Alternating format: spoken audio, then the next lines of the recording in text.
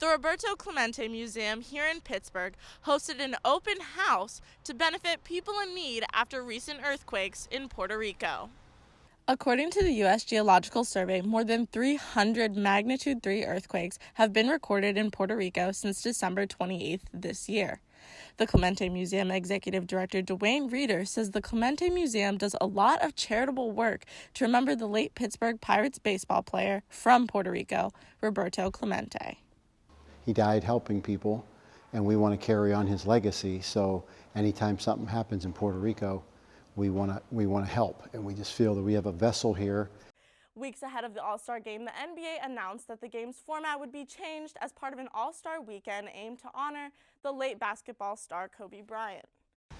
On July 1st, protesters gathered at this intersection demanding justice for Antoine Rose II. Rose was an unarmed black teen who was shot and killed by an East Pittsburgh police officer as he fled from a traffic stop in mid-June. Singer and songwriter Matt Carney was here on Point Park University's campus on Friday to talk to students in a Q&A session.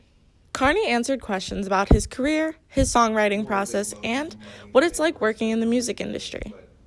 For me, I've always felt like I'm doing that for people. So like if I'm brave enough to go there, someone listening to music can kind of go there too with me, and it like helps them process certain moments of their own life. Artists and speakers also use this symposium as a platform to discuss Pittsburgh's inequity across gender and race report that was recently released. According to the report, 98% of cities have more equality between black and white males than Pittsburgh. If we are truly going to be a global city, then we have to find out domestically how we empower all races, and part of that is understanding and empower black culture, which means empowering black arts. Duquesne University received a $500,000 federal grant to help restore the childhood home of famous American playwright August Wilson, right behind me in Pittsburgh's Hill District. The August Wilson House website says the recreation of these 2 rooms that Wilson's family lived in will be at the heart of the project. Other rooms in the house will be transformed into art studios, a gallery, and more. August said in his latter life, he said, "When I die, you'll probably do something with that house. But if you do," he said, "I don't want it to be a museum. I want it to be something useful." Our vision for the house is that it is an art center for the Hill District. And 35 wrestlers from the ACC punched their ticket to the NCAA Division I Wrestling Championships. The ACC Wrestling Championships determined the national qualifiers on Sunday at the Pedersen Event Center in Oakland. North Carolina State University repeated as the ACC champions with a total of 81 points, 2 champion titles, and 4 runner-up finishes.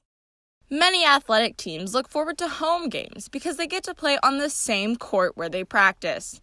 But that's not the case for Point Park University's men's and women's basketball teams. Our men's and women's basketball team play at the Community College of Allegheny and the Allegheny campus because the gym, the size of it, is more suitable for a college basketball game. Now, we do have an on-campus facility here at Point Park University, but it's more suitable for our practice. The infamous Punxsutawney Phil emerged from his den over the weekend, but could he find his shadow?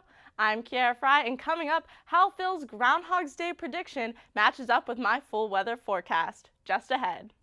The chair of the Department of Africana Studies at the University of Pittsburgh recently wrote on the movement and believes the Black Lives Matter movement has the power to influence change.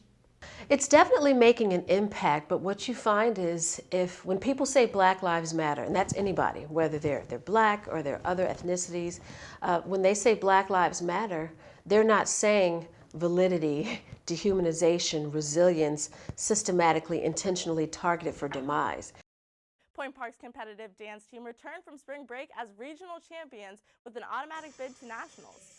The team claimed the title of regional champions at the NAIA Competitive Dance Southeast Regional Competition in Montgomery, Alabama. This will be the team's 3rd consecutive appearance at nationals in just 4 years of being a sport at the university, but this is the first time they've won their region. The Pioneers finished regionals with a final score of 81.71, but they're not stopping there.